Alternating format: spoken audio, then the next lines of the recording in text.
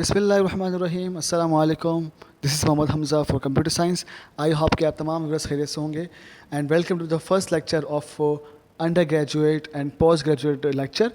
आप तमाम व्यूअर्स को पहले मैं वेलकम करूंगा अपने फर्स्ट वीडियो में, जो कि हमारे पास पहली वीडियो बनने जा रही है, जो कि बैचलर्स लेवल पर या अंडर ग्रेजुएट लेवल पर हम बात करेंगे।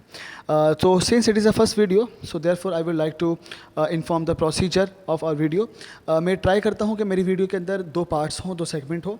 पहले सेगमेंट में हम बात करेंगे, उसमें इंट्रोडक्शन होता है हमारे टॉपिक का, थोड़ी सी हम बात करते हैं कि ये क्या था और क्यों था, और सेकंड सेगमेंट में एक्चुअल डिस्क्रिप्शन होती है उस पर्टिकुलर टॉपिक की। तो आज भी मैंने ये किया, दो सेगमेंट है इसके, और पहले में मैं इंट्रो दूंगा आपको इंशाल्लाह उस टॉपिक का, और सेकंड में इंशाल्लाह हम उसको एक्सप्लेन करेंगे। अच्छा, तो पहली बात तो ये कि आज का जो टॉपिक है उसका नाम है फाइनाइट ऑटोमेटा। तो बहुत सारे बच्चे थे, उनकी क्यूरी थी, सर ये ऑटोमेटा क्या होता है, किस तरह काम करता है, ट्यूनिंग मशीन्स क्या होती हैं, किस तरह काम करती हैं। तो इसीलिए मैंने एक छोटा सा क्लिप जो है वो अरेंज किया है फॉर दो students who are the actually students of finite automata and Turing machine as well. तो आज की जो इस लेक्चर में हम बेसिकली इनिशियल लेवल में बात करेंगे कि ऑटोमेटा क्या था, क्यों बनाया गया, क्या इसमें मशीन्स ने काम किया, और क्या क्या इसमें चीज़ें होती आ रही हैं, ठीक है ना। अच्छा, तो अब इंशाल्लाह जो सेकंड वीडियो होगी, मेरी सेगमेंट होगा आपके इस वीडियो का, उसमें एक पेपर होगा, और मैंने उस पेपर पर तकरीबन 4 एग्जाम्पल सॉल्व किए, और मेरी ट्राई है कि मैं इसको प्रॉपर आपके साथ इंशाल्लाह वॉइस क्वालिटी ठीक हो, और उसको मैं आपको एक्सप्लेन करूँ कि किस तरह से वो चीज़ें चलते हुए आ रही हैं हमारे पास ना। तो पहली बात तो ये कि आपने इसको वीडियो को शुरू से एंड तक देखना है, ताकि आपको पूरी बात समझ में आए, क्योंकि जो आखिरी एग्जाम्पल है, फोर्थ एग्जाम्पल, वो एग्जाम्पल है जो सबसे मुश्किल है। तो अगर हम लोग 3 एग्जाम्पल्स को देख लेंगे, फोर्थ को नहीं देखेंगे, तो डेफिनेटली हमारे पास एक अच्छा कॉन्सेप्ट जनरेट नहीं होगा उस ट्यूरिंग मशीन का या फाइनाइट ऑटोमेटा का। तो याद रहे, आज का जो लेक्चर है, जो टॉपिक है, जो वीडियो है, उसका नाम है फाइनाइट ऑटोमेटा या फाइनाइट थ्योरी ऑफ ऑटोमेटा या ट्यूरिंग मशीन्स। ये वो टॉपिक्स हैं जो CS के स्टूडेंट्स बैचलर्स लेवल में पढ़ रहे होते हैं, या अपने पोस्ट ग्रेजुएट मतलब कि MS वगैरह में ये चीज़ पढ़ रहे होते हैं। तो welcome to the first lecture. इंशाल्लाह आई होप कि आपको सेकंड सेगमेंट जो है इस वीडियो का, जिसमें एक्चुअल डिस्क्रिप्शन है, एक्सप्लेनेशन है इस पर्टिकुलर टॉपिक की, इंशाल्लाह समझ में आएगा। और एक बात मैं आपसे अर्ज़ करूँ कि इस वीडियो को लाइक, शेयर एंड सब्सक्राइब ज़रूर करें, अपने फ्रेंड्स में इसको शेयर करें, और अगर कोई क्यूरी हो regarding any kind of today's topic, तो you can easily contact to me, you can comment your query. इंशाल्लाह आपके क्यूरी को बहुत जल्दी रिप्लाई मिलेगा। तो चलते हैं अपने सेकंड सेगमेंट पर और देखते हैं कि इस मशीन में काम कैसे होता है। ओके, तो आपके सामने बेटा देखें एक डायग्राम होगी, और ऊपर जिस तरह मैंने डिस्कस किया टॉपिक का नाम फाइनाइट ऑटोमेटा है। तो over here we have finite automata. अच्छा, अब यहाँ पर जो है मैं इस क्लिप पे जो है 4 एग्जांपल्स आपसे डिस्कस करूँगा, ताकि आपको उस एग्जांपल का कॉन्सेप्ट और जो उसकी वर्किंग है वो इंशाल्लाह समझ में आ जाए। तो डेफिनेटली पहले एग्जांपल थोड़ी सी इजी होगी, फिर सेकंड थोड़ी सी हाई लेवल की होगी, एंड सो ऑन, ठीक है ना। So let's start. अच्छा, स्टार्ट से पहले आप देख रहे होंगे मैंने आपको शुरू में कुछ डेटा गिवन दिया है, ताकि आपको डेटा से आपको थोड़ा सा आइडिया हो जाएगा कि किस तरह से हम इस पर काम करेंगे। यहाँ पर आप देख रहे होंगे, यहाँ लिखा हुआ है इट इज़ Q नॉट ना, Q नॉट, और ये जहाँ भी होगा, अच्छा Q तो वेरिएबल है, it should be A B C and what ever ना। तो जहाँ भी Q नोट होगा, इसके मतलब होंगे इनिशियल स्टेट, ठीक है, मतलब कि आपकी जो मशीन है वो स्टार्ट कहाँ से होगी। डेफिनेटली आपकी मशीनें कहीं ना कहीं स्टार्ट हो रही होगी, तो स्टार्टिंग का जो एक निशानी है वो होगी हमारे पास Q नोट, या जो वेरिएबल है वहाँ नोट लगा होगा, मतलब कि 0 लगा होगा। अच्छा, इसके बाद आप देखेंगे इसके बाद जो है वो Q डबल सर्कल है। अच्छा, जहाँ पर भी डबल सर्कल होगा, इसका मतलब है वो फाइनल स्टेट है, मतलब डेस्टिनेशन है कि आपकी मशीन स्टार्ट वहाँ से होगी जहाँ से Q नोट होगा, और एंड कहाँ होगी, जहाँ पर उस वेरिएबल पर डबल सर्कल होगा, ठीक है ना। अच्छा, लास्ट इज दैट, ये एक एरो बना हुआ है, और एरो के मतलब होते हैं लूप। अच्छा, लूप क्या होता है, लूप या तो 0 टाइम भी चल सकता है, मतलब कि अगर चले तो फॉर एग्जांपल अगर लूप की जो कंडीशन है वो सेटिस्फाई नहीं हो रही, तो इट मीन्स कि वो लूप 0 टाइम चलेगा। लेकिन अगर वो सेटिस्फाई हो रही है तो वो मल्टीपल टाइम, तो मैंने इसलिए 0 to n लिखा है, मतलब कि लूप का कुछ पता नहीं है कि वो जहाँ पर भी लूप होगा तो इट मीन्स कि वो 0 टाइम भी पॉसिबल है चले, और वो मल्टीपल टाइम भी पॉसिबल है चले, ठीक है ना। तो स्टार्ट करते एग्जाम्पल, इंशाल्लाह एग्जाम्पल से आपको बात क्लियर होगी कि किस तरह काम होगा। तो ट्यूरिंग मशीन या ऑटोमेटा की मैंने एक सिंपल सी डायग्राम में ड्रॉ करी है, तो मैं आपको सामने ज़रा इसको और फोकस कर दूँ।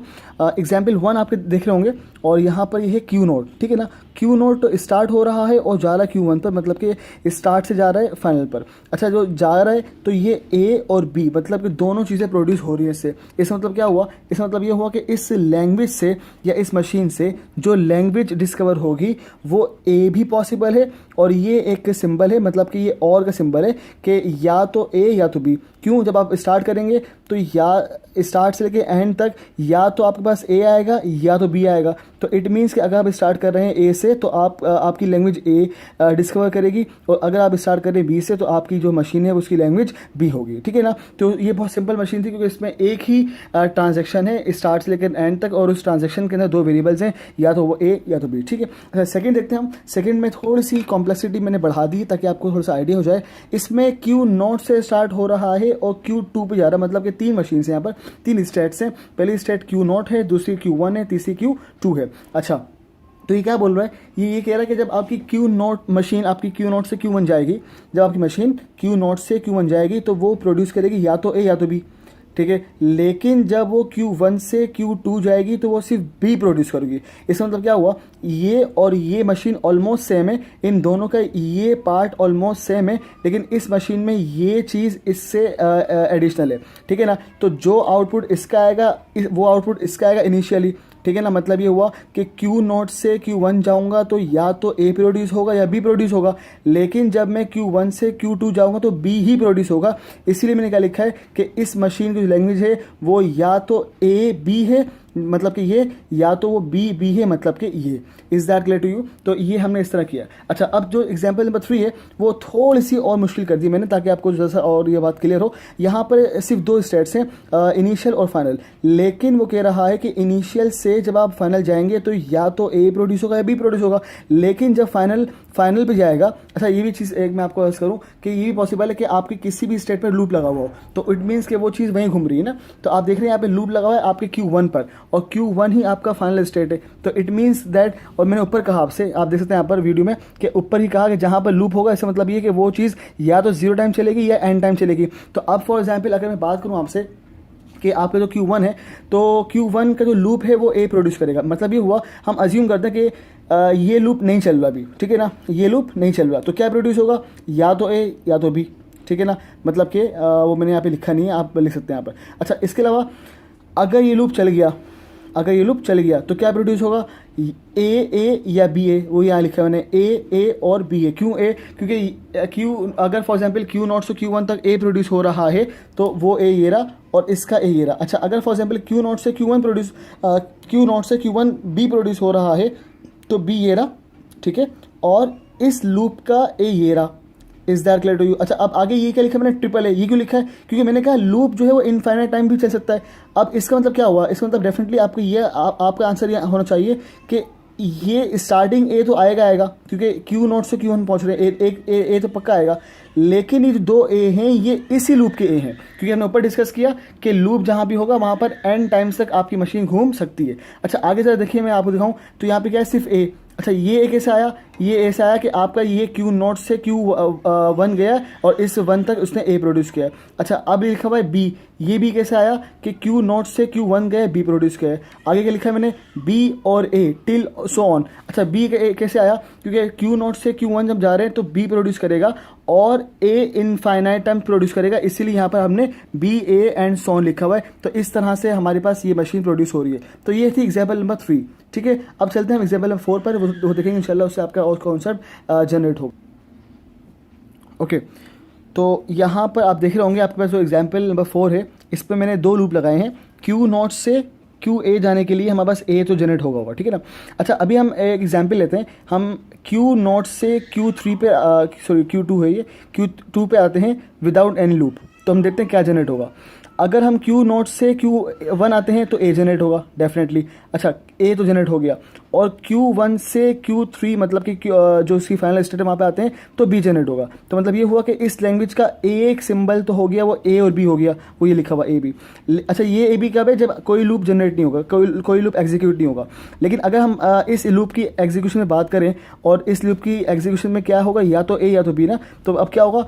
ए बी ये लिखा हुआ। ठीक है। अच्छा, फॉर एग्जाम्पल यहाँ पर अगर मैं आपसे ये अर्ज करूँ कि इसमें ए भी जनरेट हो रहा है, बी भी जनरेट हो रहा है। ठीक है ना? तो फिर क्या होगा? फिर ये होगा ए बी बी। तो इट मीन्स, अच्छा फिर अच्छा, ये जो लिखा हुआ है A B A, it means that कि ये ए तो यहाँ से यहाँ तक आ गया। ठीक है। अच्छा, ये दूसरा ए इसका लूप का आ गया, फिर बी इसका आ गया और ए इसका आ गया, ठीक है ना। तो अब ये मशीन की जो एग्जाम्पल है, जो लैंग्वेज है, वो क्या होगी कि आपने ही बोलना है कि सर ये लैंग्वेज, ये मशीन जो है जो लैंग्वेज प्रोड्यूस करेगी वो हमेशा स्टार्ट होगा ए से।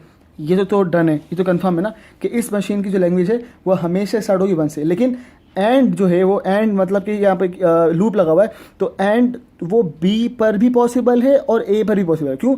अगर आपका लूप नहीं चलेगा तो बी पर पॉसिबल है, और अगर लूप चलेगा तो ए पर वो रुकेगी। क्योंकि अगर आपका एक भी लूप चल गया Q3 का, तो डेफिनेटली आपकी जो मशीन है वो एंड किस पे होगी बेटा, वो होगी हमारे पास ए पर ना। तो ये हमने सब लैंग्वेज ली। अच्छा, ये लैंग्वेज जो सिंबल जनरेट हो रहे हैं ये सारे नहीं है, इसके अलावा और भी सिंबल्स हैं जो कि ये चीज़ जनरेट कर सकती है। इसलिए मैंने लिखा एसेट्रा कि ये चीज़ जो है वो बहुत सारी लैंग्वेज इस तरह की प्रोड्यूस कर सकती है। तो आई होप कि आपको ये छोटा सा क्लिप समझ में आया होगा। बस ये चीज़ देखनी है आपने, स्टार्टिंग और इनिशियल और एंड कैसे हो रहा होता है और वो क्या क्या जनरेट कर रहा हो, ठीक है ना। तो यहाँ मैं क्लास को ऑफ करूँ। इंशाल्लाह मुझे उम्मीद है कि आपको ये छोटा सा क्लिप समझ में आया होगा।